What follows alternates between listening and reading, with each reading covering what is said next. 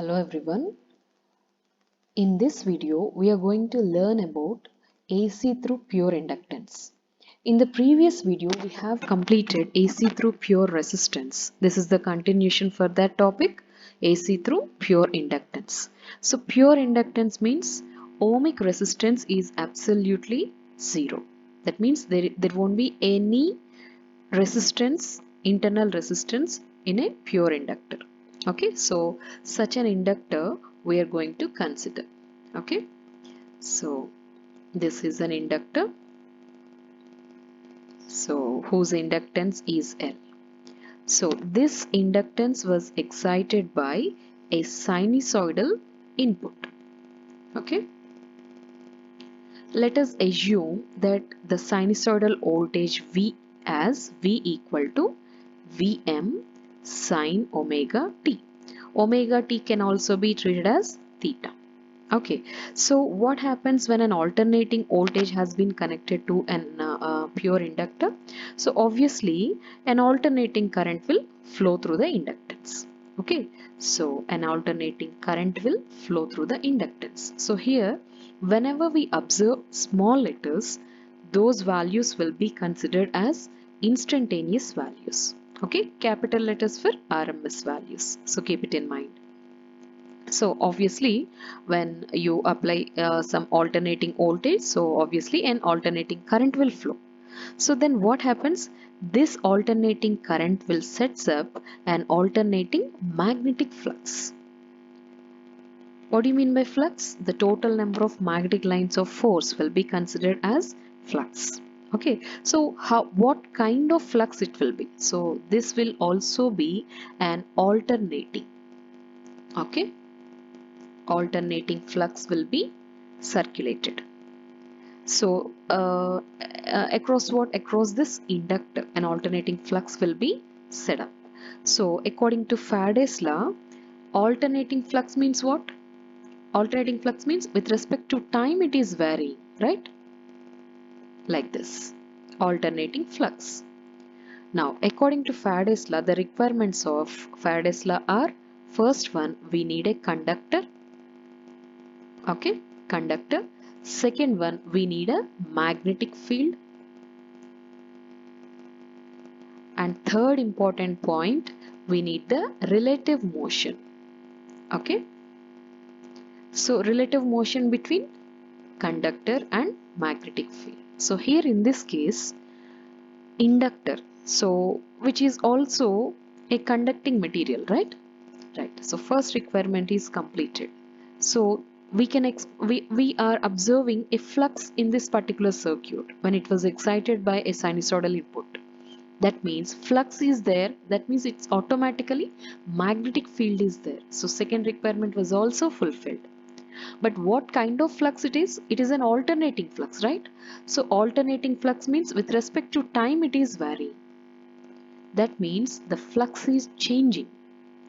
So that is linking up with the inductor or so-called conductor. So that means there is a relative motion also. So according to Faraday's laws of electromagnetic induction, all the three requirements were fulfilled. Therefore, because of this alternating flux, we can expect an EMF. What do you mean by an EMF? EMF means electromotive force, which is an electrical effort to move the electron from one point to another point. Okay, so this EMF, how this EMF will be? This EMF will be in the opposite direction to the applied voltage according to Lenz's law. So therefore, what we can write? The self-induced EMF E, let us call it as E, self-induced EMF of the coil or the inductor, okay, is equal to, instead of L di by dt, we have to write minus L into di by dt according to Lenz's law.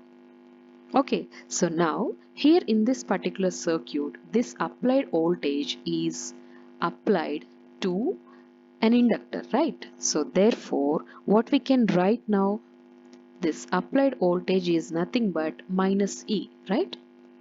And we already studied the relation for E, so just substitute that. So you get minus L into di by dt. So what we can get? L into di by dt. So this is the voltage relation that we got. And already we know what is the instantaneous voltage relation that we assumed for. So this is V equal to Vm sine omega t. Just substitute that. So what we can get?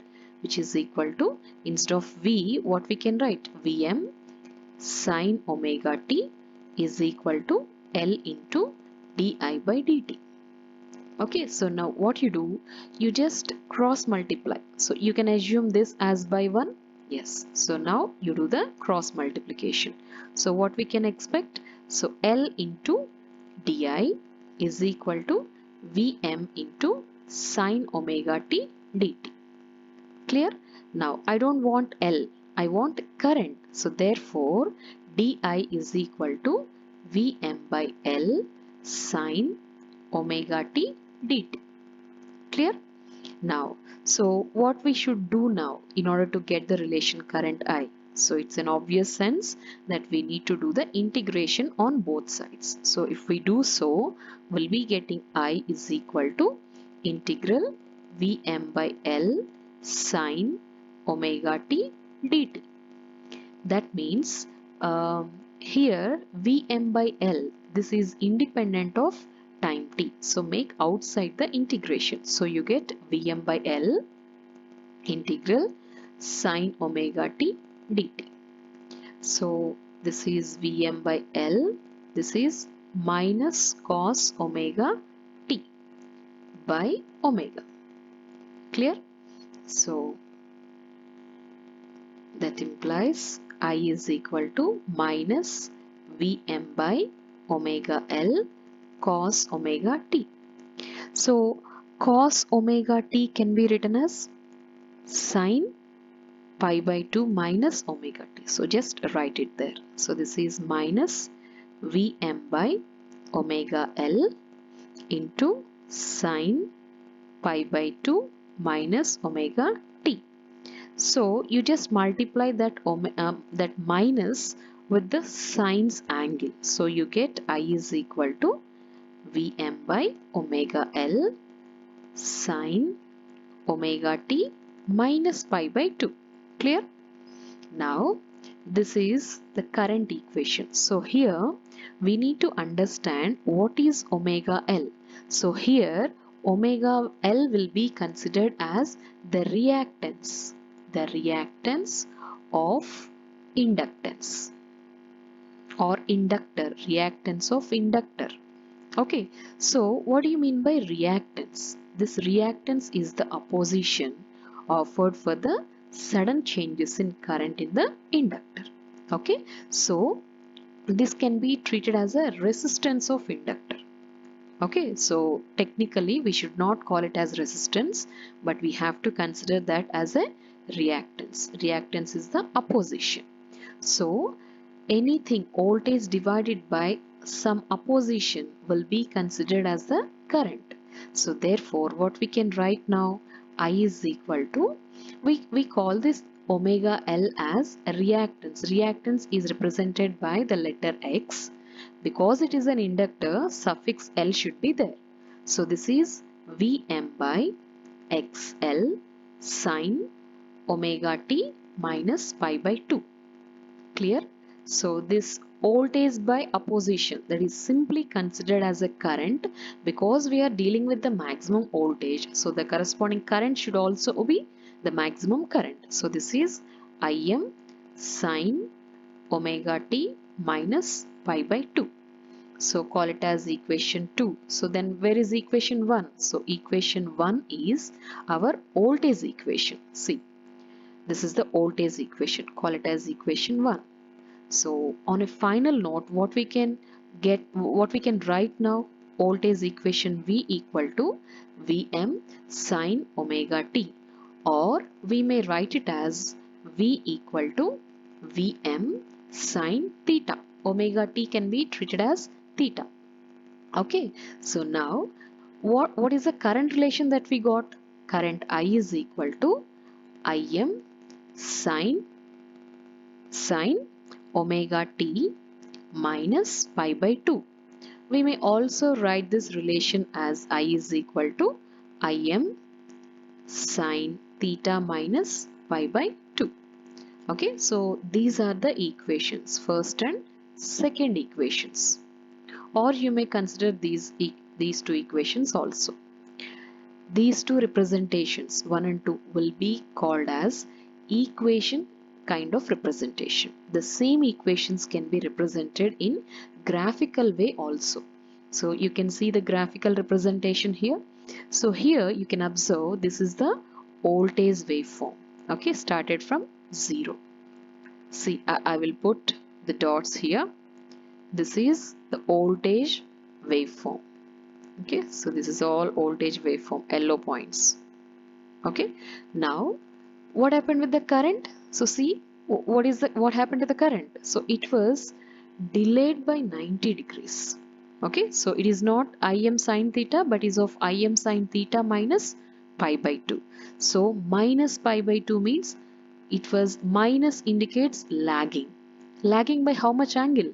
Pi by 2. Pi by 2 is nothing but 90 degrees. So at 90 degrees, at this point, you can observe on a graph. At 90 degrees, the current has been started. See? So, okay, so this is the current waveform.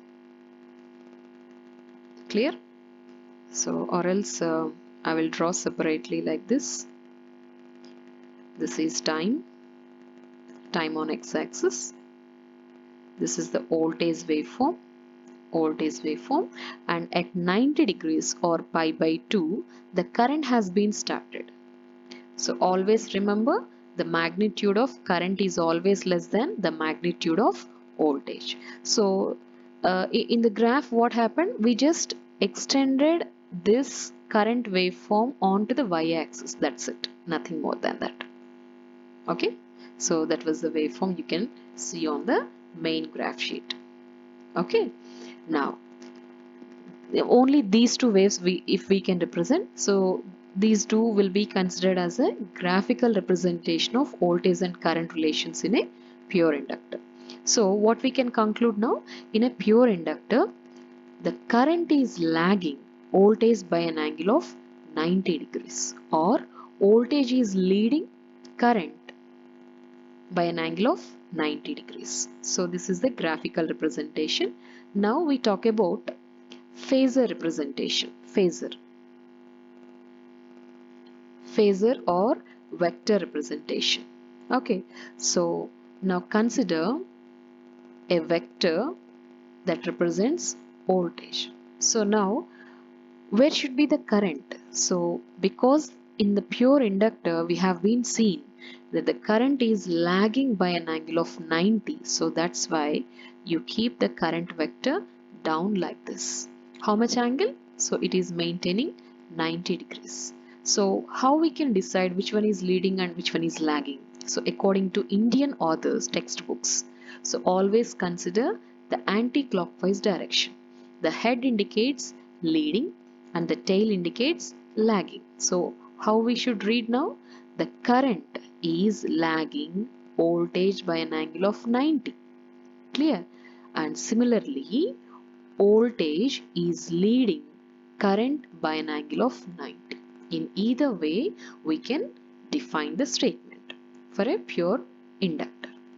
Now, it is the time to study about the power relation in a pure inductor. So let me erase these waveforms. Okay, so we all know very well what is the power relation. Power P equal to voltage into current. So what is the voltage relation? This is Vm sine omega t. And what is the current relation? I is equal to Im sine omega t minus pi by 2. So instead of sine omega t minus pi by 2, what we can write? Minus cos omega t. So this is Vm Im sine omega t cos omega t. Now you just multiply this with 2 and divide with 2. Okay, so this can be written as, see, this is minus Vm Im by 2. This is sine 2 omega t. Clear? So this part can be written as sine 2 omega t. So here we need to understand that this power cosine cosine or sine, it doesn't matter. So both were mirror images, no problem. Okay, so here if we can plot the power curve, okay, for this particular sine function, okay, so whose frequency is, you can observe, omega is nothing but 2 pi f. Now we got 2 omega, that means double the supply frequency of applied voltage. So whenever you observe a condition like this, the average power of sine curve over a complete cycle is always 0. So that's why this component becomes 0. Okay, so the same thing that you can observe in the graph also. So I quickly erase all these lines. Okay, now you concentrate on the instance. So here the voltage is 0, the current is 0. So you got 0 point here. Now here what happened? Voltage, you are having certain voltage. Okay, and what is the corresponding current? That is a negative current. So positive value into negative value, you're going to get a negative value only. So you observe the green point. Product of voltage and current is nothing but power. Now at this point, okay, at this point voltage is positive, still current is negative. So you get a negative point also here. Okay, or else you just consider this point. So it would be easy for us to analyze. Now what happened at this point? Voltage is positive only, current is negative only, but in negative portion the current is increasing its value. So that's why you can decrease. So obvious sense, it's a basic mathematics. So you can get an improvement in the voltage in the sense of negative value. Okay, right. So at this point what happens? At this point the current is 0, voltage is having some peak or maximum value. So some maximum value into 0, you're going to get 0 only. So there we can join all the loci points of the green points. Okay, so you get a negative half cycle. Similarly, if you can plot the same, there you get a positive half cycle for our power. So this was all happened between the angle 0 to pi. So for only one half cycle, you got a complete full cycle. And you observe rest of the cycle, rest of the half cycle, there you get another complete cycle for the power. So that means if you consider the average power for any half cycle, the average power is going to be 0. So that's why in a pure inductance, the power dissipation will always 0. So pure inductance never consumes power unless until it is a practical inductor. In a practical inductor, there will be some internal resistance. Because of that, it may consume certain kind of power. But ideally, for a pure inductor, it never consumes the power. Rather than in the positive half cycle, it will stores the energy. While in the negative half cycle, whatever the stored energy may be, it will gives back or return to the supply itself, or the inductor in the negative half cycle will behave like a source. Whenever there is an absence of source, the inductor will behave as a source now. So it is not for the long time, for a very quick time only inductor will behaves like a source. So that's why we should not consider the inductor as a direct source.